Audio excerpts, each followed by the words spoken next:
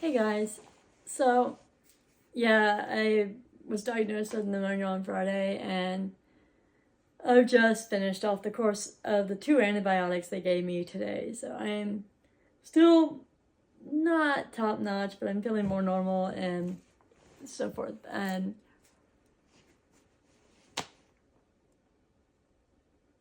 sorry, I didn't sleep very well last night, but I slept forever the first couple of days of having pneumonia. So this is not going to be the best of videos I've ever created. And as a new videographer still creating. So I thought I would come and give a little video so I can give you my review of my SL-1200 and say that I am ashamed to have grouped the LP-120 with it. It's in a league of its own compared to the LP-120, so anything I've said before, I was a fool. However, I do not regret having bought the LP-120. I will say, when it comes to purchasing a turntable, if you are buying your first turntable and you're looking at the LP-120 and you are thinking about going for the LP-140, if you find one and decide that it's quite possible you might want the features that are on it more, because there are better, they're like more like the LP-120, the older version of it. I would say don't get the LP-140.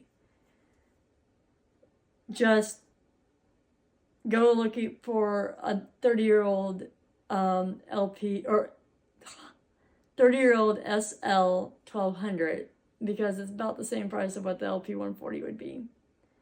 Don't mess around with the 140 unless you just want a new turntable and don't want to have to deal with used. So, but those built-in preamps, while sound nice, as in like you're just starting out, the feature sounds nice. I think they definitely do cause a little bit of a problem. That you're not, like, if you're gonna have an external preamp, you're not really gonna get as faithful as sound production that preamp could probably produce, unless you have a turntable that doesn't have a built-in preamp. And so yeah, and I mean that's that. And your used like upper end turntables are gonna come down to about the same price of what the LP-140 is, maybe a little higher. But if you have the budget to be able to buy a $500 turntable, I wouldn't mess with the LP-120s and LP-140s. I would look for a used upper end one, or go for looks in the same area as the LP-120 is in. But I mean, that's up to you. But from my experience right now, let's just put it this way, the LP-120 is like having a preschooler or a kindergartner compared to having a junior high kid going into high school SL-1200. I mean, or senior in high school kind of thing, sound quality wise. So like, I wanted to try to explain myself, like explain what I considered the best parts of the sound reproduction of the SL-1200 to my husband last night, just so I could kind of run through a practice for you guys. And the best way I could do it was I put on 2 classical pieces. One is like a reconstructed type one. So it's called Recomposed by Max Richard. And he does like soundtracks for TV shows and stuff, and I can't think of one that would be familiar. However, he does the 4 Seasons, and I like it, and to be honest with you, a lot of other people like it too, because I mean this version of itself is the 25th year anniversary of it, or 12th year anniversary of it, something like that. So I mean, that tells you what everybody else thinks of it. So he definitely treats the piece with respect. So I put that on, and I just kind of let it play, because I mean, it's still kind of more modern than just an orchestra, right?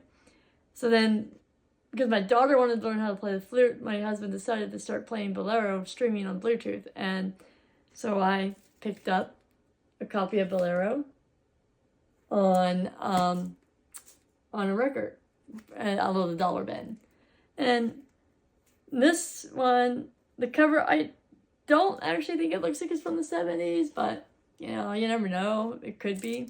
It is kind of like water damaged in places. And it does have like, so that's the photo, the cover, the photo of it, like, has like copyrights of 1974 on it. So I mean, maybe it was recorded in the 1970s, and who knows if it was produced in the 70s.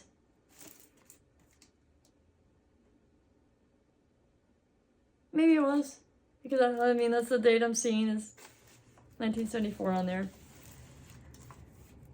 So I put it on because, I mean, obviously you do have like each part sort of highlights an instrument. So my first thing I brought up was how faithful the sound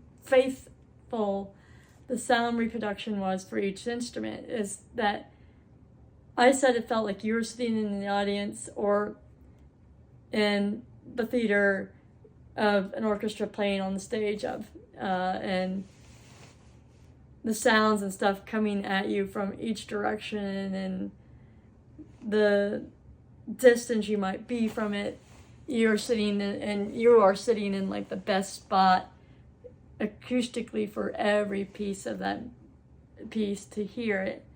And I just felt like that's what it sounds like. And then this one, I'm not technically sure if it's the turntable, if it was me just not really carefully listening to it all this time.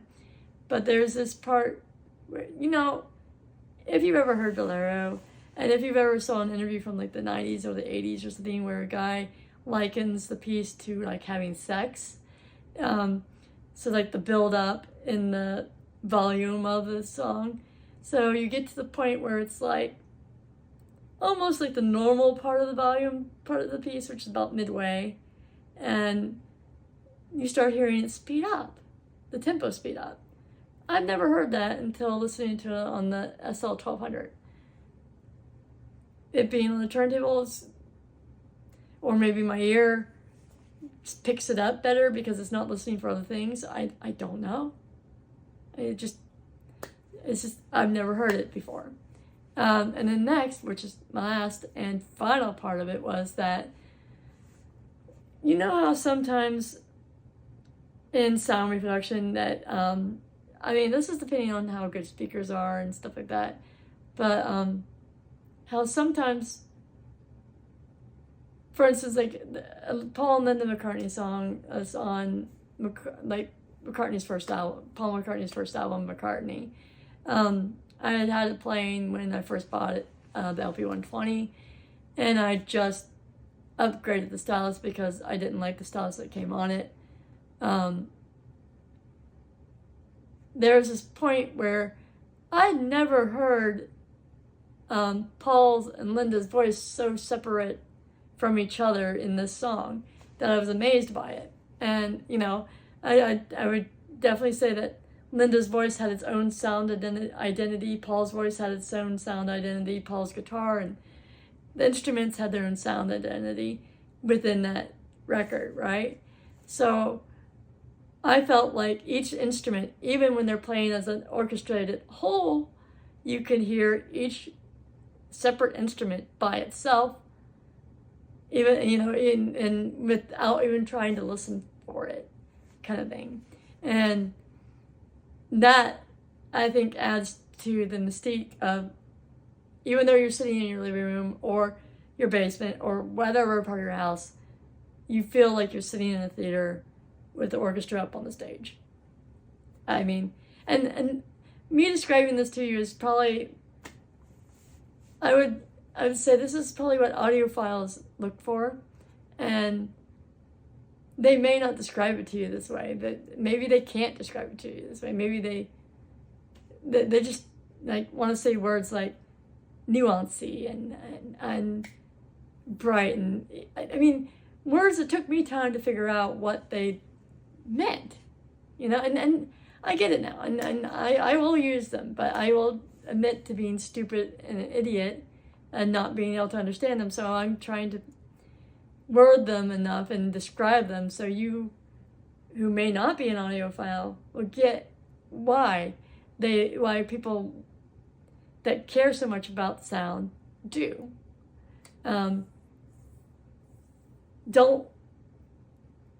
Don't snub, look up your nose at them just because they're asses, So, yeah. But anyways, after all is said and done, my husband and I are sitting there having a conversation, and I'm going, so what did you think? And, he's like, oh, I'm sorry, I just don't have the ear for it. Didn't you just grow up playing the violin? This is me replying to him. He sheepishly laughs at me and is like, yeah, sorry. And so I go, well, maybe it's because I care more about it than you do. And it's not that you don't have the ear, you just don't care as much as like I do. And then I think a little harder about it, and I think, you know what? I've not been formally shown how to tune a guitar, but yet I came pretty close to tuning it to the right tune based off of what I remember hearing my dad do to tune his guitar 30 plus years ago, and he died when I was 15, so let's see, I'm 45 now. So yeah, 30 years ago, and I came pretty close. I got the app out and all I had to do was a bunch of fine tuning. So yeah, and then maybe I'm making a fool of myself of talking like that, because maybe everybody does that. Yeah, I don't know. So yeah, I tuned my acoustic guitar almost by ear, basically. So, and not even just by ear, by remembering what it sounded like, where I could have just looked it up on YouTube and probably learned it. But I wanted to test myself, so I did that. But yeah, so I just, maybe I care a little bit more about sound reproduction when it comes to my setup. And obviously you audiophiles that are out there, do not laugh at me on this one. But I feel like I'm living an audiophile dream right now. And yes, I admit that there are still things that could be done with my system, like a pair of passive speakers and an amp, which could happen in the next 2 years or so, because if I'm going to be moving my LP-120 up to my bedroom, which is probably where it's going to go, the 5s will probably go up there, and which, if I get passives and an amp. So, so once I recover from buying the SL-1200, I will probably start looking into those things. So yeah, it's still going to be a work in progress. So I guess that also makes me an audiophile, because I can't just take a good thing when I've got a good thing. Although I am happy with what I have right now. And yeah, I guess I just want to see how much further I can get in great sound reproduction, if it's possible, kind of deal. There's still room for me to screw it up and then not have it as good as this sounds. But, that's for another day. And I'm hoping I've kept this as short as possible. So, if I don't see you next week, it's because I'm going to take some time and do my best to recover from pneumonia. My throat is feeling like it needs to recover too, so get some tea and honey and take care of it, take care of myself, kind of thing. get better, do some research enough so that I can give you guys a better a better production of a video, like I've been trying to do. And I mean, maybe I'm stressing out about it too much, so maybe I need to step away from it for a bit and take a break, and that might be why I ended up getting as sick as I did, because I was stressing out about nonsense stuff that I'm not being paid to do. So yeah, that, you know, I'm having fun. I'm still having fun doing it.